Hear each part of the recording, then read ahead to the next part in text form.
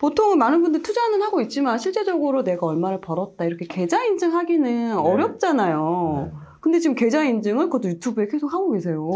왜 그러세요? 일단 계좌 인증하는 사람들을 보시면 일단 조심해야 됩니다. 네. 예, 사기꾼일 가능성이 아주 높아요. 왜요? 눈에 보이는 결과인데. 근데 이제 계좌를 가지고 장난칠 수가 있는데요. 10개의 계좌를 운영하는 거예요. 다 다른 전략으로. 그중에서 가장 높은 것만 보여주면 되거든요. 아. 그래서 조심해야 돼요. 예. 제가 이제 계좌 수익률은 뭐 블로그랑 유튜브에 다 오픈이 돼 있어서 말씀을 드리는데 개인형 퇴직연금 IRP 같은 경우에는 연 15% 수익이 나고 있고요. 한 2년 반 정도 됐고 누적으로 40% 정도 되고 개인연금은 이제 연 14%. 네. ISA는 연 12% 정도 수익이 나고 있습니다. 2년 반 됐고 코로나를 거쳤으니까 그러니까 뭐 6개월짜리 수익률은 사실 좀 신뢰하기가 어려워요. 예, 왜냐면 되게 운 좋은 타이밍에 들어가서 그러니까 맞아요. 작년 3, 4월에 들어간 사람이 자기 수익률 100%야 이렇게 라고 하시는 분도 많거든요. 아니 지수가 100%가 넘게 올랐으니까 아무거나 대충 사도 올라갔을 수 있는데 그게 자기 실력으로 착각할 수 있잖아요. 그래서 최소한 3년 이상은 봐야 된다. 그리고 이제 시장에 하락기가 포함됐냐 안 됐냐가 되게 중요하거든요. 예. 그래서 뭐 부동산도 마찬가지지만 주식도 마찬가지인데 하락기, 부동산 사이클의 하락기, 주식 사이클의 하락기를 겪어봤냐, 겪었을 때 어떻게 했냐가 되게 중요한 거고 상승기엔 누구나 다 돈을 벌기 때문에 전혀 문제가 없는데 그런 수익률이 아주 높은 건 아니죠. 아주 높은 건 아니지만 나쁘진 않다라고 생각하고 있고 제가 생각하는 적정한 수익률은 5에서 10%예요. 연? 네. 왜냐하면 워렌 버핏 누구나 다 알잖아요. 워렌 버핏이 과거 한 40년 동안 이뤄낸 수익률이 연 20%예요. 네. 근데 일반 투자자, 개인 투자자도 만나서 얘기 들어보면 20, 30%는 당연히 되는 거고 그걸로 뭐 어떻게 해? 뭐 해먹고 살아 그걸로. 그렇죠. 그리고 이제 부동산 제가 또 모임에 나가서 강의를 한 적이 있는데 얘기를 나누다 보니까 기대 수익률 어떻게 되십니까? 여쭤봤더니 100%래요. 무조건 100%야 100%가 돼야 판다. 그래서 100%가 될 때까지 기다린다. 뭐 이런 분들도 계시더라고요. 그래서 어떤 거는 뭐 1년 만에 되는 경우도 있고 아주 운 좋으면 어떤 경우는 10년이 걸릴 수도 있고 시기에 따라서. 네. 그래서 저렇게 또 가시는 수도 있겠구나. 그래서 저 같은 경우는 일단 뭐 저나 일반 직장인 분들은 그렇게 큰 자금이 없고 기다릴 수 있는 그 여력의 한계가 있잖아요. 그래서 저 같은 경우는 이제 평범한 사람은 5에서 10%면 충분하다. 근데 버핏이 20%고 그 최고의 투자자들 있잖아요. 그분들이 20에서 29%밖에 안 돼요. 네, 그렇기 때문에 근데 그분들만큼 많이 공부를 한 것도 아니고 많이 경험해 본 것도 아니고 그렇기 때문에 5에서 10%면 나쁘지 않다. 근데 10%가 굉장히 대단한 수익률인 게 72 법칙 아시죠? 7년이면 2배. 네, 7년에 2배씩 올라가거든요. 엄청난 거죠. 예. 근데 이제 되게 우습게 생각하는데 그래서 그 투자 경력이 짧으신 분들이 그런 거에 대해서 이제 좀 감이 없기 때문에 그런 한계들이 좀 있더라고요. 그래서 올해 자본시장연구원이란 곳에서 리포트가 나왔는데요. 동학개미들의 수익률이 어떨까라는 거를 조사한 거예요. 그러니까 어떻게 조사했냐면 실제 작년에 있는 개인들의 계좌를 다 깠어요. 와. 그렇게 까도 돼? 이름을 이름 안 없이 깠으니까. 그냥 전체적인 트렌드를 보려고. 익명으로 통계만 뽑은 거죠. 그래서 뽑았더니 동학개미의 수익률이 과연 좋을까 나쁠까. 그래서 저도 굉장히 재밌게 읽었는데 편차가 되게 심할 것 같은데. 뭐 간략하게 결론을 말씀드리면 기존부터 있던 계좌가 있고요. 그리고 작년에 신규로 간 계좌가 있을 거잖아요. 그렇게 일단 나눠져 있고 그리고 각 계좌별로 투자 금액이 1,000만 원, 2,000만 원, 3,000만 원, 뭐 1억, 3억 이렇게 투자 금액별로 또 나눴고 그리고 남자냐 여자냐 그 나이대 20대, 30대, 40대, 50대 이상 이런 식으로 나눠서 분석을 했어요. 분석의 결과는 신규 투자자 작년에 계좌를 처음 연 동학개미들의 수익률이 마이너스였다. 의외네요? 네, 말도 안 되죠. 시장이 그렇게 올랐는데. 높을 것 같은데, 당연히. 여기서 마이너스라고 말씀드린 건 벤치마크 대비 마이너스였고요. 시장 평균 대비 마이너스. 네. 그리고 더 웃긴 건 이분들이 마이너스였는데 네. 거래 비용을 빼면 마이너스가 훨씬 심한 거죠. 아, 예. 근데 많이 이게 거래했구나. 예예예. 네. 엄청 사고팔고 많이 했어요. 수수료 다 떼이고. 네네. 그래서 기존부터 계좌를 갖고 있던 분들은 플러스가 났는데 벤치마크보다 조금 더 낮고 신규로 들어온 분들은 마이너스가 난 거예요. 의외다. 예. 그리고 특징이 뭐냐면 20, 30대 젊은 분들, 남자분들, 신규인 분들, 소액인 분들이 다 마이너스가 났어요. 아. 그래서 그 자기 계좌를 보면 스스로에게 솔직해질 수 있잖아요. 그 보시는 분들의 반은 난 왜 플러스가 안 났지?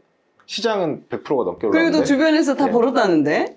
그냥 이 오해 들은 분들이 오해하실 수 있는데, 여기서 말씀하시는 그 벤치마크라는 건 시장 평균보다는 많이 못 벌었다. 그러니까 시장이 100% 올랐는데 나는 60% 올랐다. 오케이. 그런 마이너스라는 오케이, 겁니다. 오케이. 못 벌었다는 게 아닙니다. 네. 그리고 그 아마 영상을 보시는 분들 중에 자기 계좌를 인증하실 분도 계실 수 있을 거예요. 자기 100% 넘게 났는데.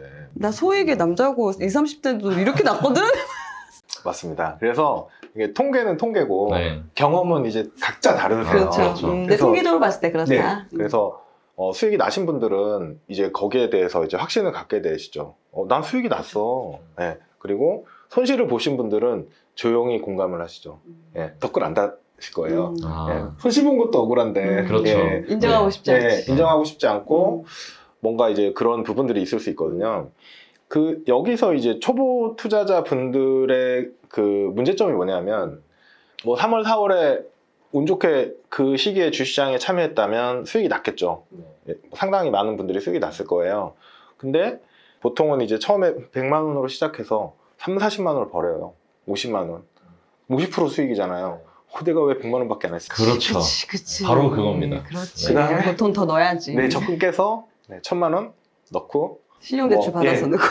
마통 받아서 2천만 원 넣고 이렇게 들어가거든요. 근데 이게 항상 그 시점이 언제쯤이냐면 시장이 많이 상승한 이후일 가능성이 되게 높아요. 그래서 추가금을 불입한 게 보통 작년 말이나 올 초였다고 생각해 보면 되게 끔찍하죠. 올 초에 만약에 들어갔다고 하면 굉장히 괴로웠을 거예요. 굉장히 빠졌다가 올랐다가 빠졌다가 올랐다가 뭐 지금 하고 있기 때문에. 그리고 대출받아 들어간 몇 천만 원이 빠졌다 올랐다 하면 잠이 잘 안 오거든요.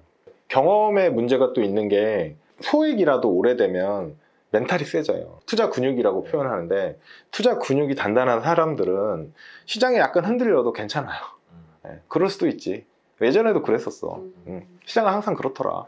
이렇게 하면서 넘어갈 수 있는데 이제 시작한 지 얼마가 안 됐다고 하면 되게 심하게 흔들리고요. 그 다음에 금액이 굉장히 커지잖아요. 그러면 이제 잠을 아예 못 자죠. 그렇죠. 1억이 들어가 있다고 생각을 하면 그쵸. 몇 달치가 한꺼번에 없어지는 거잖아요. 날아가잖아요. 그래서 잠이 안 오는 거예요. 근데 그 다음 달에 또 2, 3천이 올라 있어요. 그럼 또 이렇게 고민이 계속 되는 거예요. 그래서 이제 공부가 덜 된 상태로 시작하신 분들, 경험이 많지 않으신 분들이 항상 그 고통 속에서 살게 되거든요. 자, 투자를 하는 이유는 이제 수익을 얻기 위한 거잖아요. 높은 수익을 얻기 위해서 투자를 하는데 대부분의 분들이 간과하는 게 높은 수익에는 무조건 위험이 따라다니거든요. 근데 위험 잘 안 보죠. 사실 보기 싫고 네. 어두운 면이니까. 왠지 나한테는 안 올 것 같고. 예. 자기에 대한 과신한다. 나한텐 좋은 일이 일어날 거야. 우리나라는 좋은 나라야. 이게 다 과신편향이거든요. 과신편향이랑 사후 확신편향이 있어요. 사후적으로 그게 확신하는 거죠. 예를 들어서 바이오주가 올랐잖아. 내가 이럴 줄 알았어. 그 다음에 들어가거나 뭐 이렇게 하는 거죠. 그래서 넣었어야 되는데 라고 생각하고 딱 넣는 순간 갑자기 꼬꾸라지죠. 그래서 그 위험이 어떤지를 늘 체크를 하고 확인하고 들어가야 되거든요. 부동산도 동일한 케이스고 똑같아요. 그래서 항상 위험을 확인을 하고 위험 관리를 내가 할 수 있느냐를 검토를 한 다음에 들어가면 별로 스트레스 안 받습니다. 왜냐면 그럴 줄 알았어. 그 정도는 있을 수 있지. 과거에도 불과 10년 전에만 해도 그런 일이 있었는데 지금 안 일어날 리가 없잖아 라고 생각을 하고 그거에 대한 대비가 미리 돼 있어야 되죠. 대비할 전략을 만들어 놓은 상태에서 그 일을 당하면 그냥 그 전략대로 실천하면 되거든요. 근데 이게 준비가 안 돼 있는 상태에서 시작하면 멘탈이 붙어 나가죠. 그럼 당황스럽고 그때부터 이제 잘못된 매매를 하게 돼요. 그때일수록 더 냉정하게 시장을 보고 어떻게 할지를 해야 되는데 그렇죠. 리스크 부분을 생각을 못 하시는 거죠. 이제 주식이나 부동산이랑 똑같은데 좀 더 고민해 보셔야 되고 그 다음에 여유 자금, 그 목표 기간 이런 것들에 따라서 달라질 수 있다. 그래서 이제 많이 물어보시는 이제 것들 중에 하나가 그런 묶인 계좌들, 예, 묶인 투자들에 대해서 말씀하세요. 묶였다고 표현하잖아요. 아무도 안 묶었는데. 네. 본인이 묶고 있는 거예요. 네, 그 묶였다는 표현이 저는 너무 항상 재미있게 네. 들리는데 한 분 같은 경우에 되게 안타까웠던 게 2011년 금값이 고점이었어요. 그때 금펀드에 가입하신 거예요. 자, 모든 상품은 언제 관심을 갖게 되냐면 수익률이 막 좋을 때. 맞아요. 제일- 옆에서 또 돈을 벌었을 사고 때. 있을 때. 네, 옆에서 다 돈 네. 벌었고 그때 광고를 제일 많이 태워요. 예, 판매사에서도. 그렇죠. 그러니까 11년에 금에 가입하신 거예요. 그분이 이제 제 강의 들은 게 17년, 18년이었는데 그러니까 금값이 한 30% 이상 빠졌을 네. 때거든요. 그래서 저보고 이걸 어떻게 해야 될지 모르겠다라고 하길래 제가 이렇게 말씀드렸어요. 금값이 앞으로 어떻게 될 것 같으세요? 모르겠대요. 근데 왜 들고 가세요? 그냥 원금만 회복되면 좋겠다라는 거였어요. 그래서 제가 그분한테 드린 이제 조언은 앞으로 어떻게 될지 모른다는 건 그게 손실이 났든 현재 수익 상태든 상관없이 다 팔아고 정리해야 된다고 이렇게 말씀을 드리거든요. 아니 어떻게 팔아요? 그러니까 아니 그 매도하시면 환매하시면 예. 그러니까 그분은 이제 끝까지 못 받아들이셨어요. 그쵸. 이렇게 손실이 났는데 지금 나보고 이거를 손실을 실현을 하라고 네. 이걸 못 받아들이는 거죠. 그러니까 그분이 정상이시죠. 일반인. 그렇죠. 그쵸, 일반적으로는 일반적으로 그렇죠. 일반적으로는 손해 볼 생각하고 돈 넣는 사람이 아이, 없어요. 그럼 네. 그리고 그걸 정리하는 순간 확정이 기억에 되는 남죠. 건데. 네, 내가 금펀트에서 마이너스 20% 손실이 난 사람이다. 이런 게 남기 때문에 원금 회복 때까지 그걸 절대 안 건드리겠대요. 알겠습니다. 라고 했어요. 아, 근데 그것도 훈련인 것 같아요. 처음엔 누구나 어려운데, 이 훈련을 하다 보면, 왜 저는 뭐 투자자분들 여기 많이 오시니까 투자자분들하고 대화 나누거나 제가 투자할 때도 보면 그 복싱 선수 생각이 나더라고요. 일반 사람들은 이렇게 상대방이 주먹을 뻗으면 눈을 감잖아요. 나도 모르게. 이게 시스템 1이에요. 아. 그러니까 본능적으로 행동하는 거. 그렇게. 근데 이 복싱 선수들은 훈련이 돼서 눈을 주먹이 뜨고 날아올 때 이 주먹이 나한테 닿는다 혹은 뭐 닿을지 안 닿을지 그걸 보면서 판단을 해야 되기 때문에 훈련을 통해서 눈을 뜨고 그걸 보는 거예요. 그게 시스템 2지, 이성적으로. 사고하는 거. 처음에 누구나 주먹이 날아오면 눈을 감거든요. 근데 이걸 훈련하다 보면 되는 것 같아요. 그래서 지금 좀 전에 말씀하신 자산 배분이라는 게 진짜 이성적으로 딱 그 틀을 잡아놓고 그 위험을 최소화하기 위한 포트폴리오를 짜놓고 그대로 행동하는 거잖아요.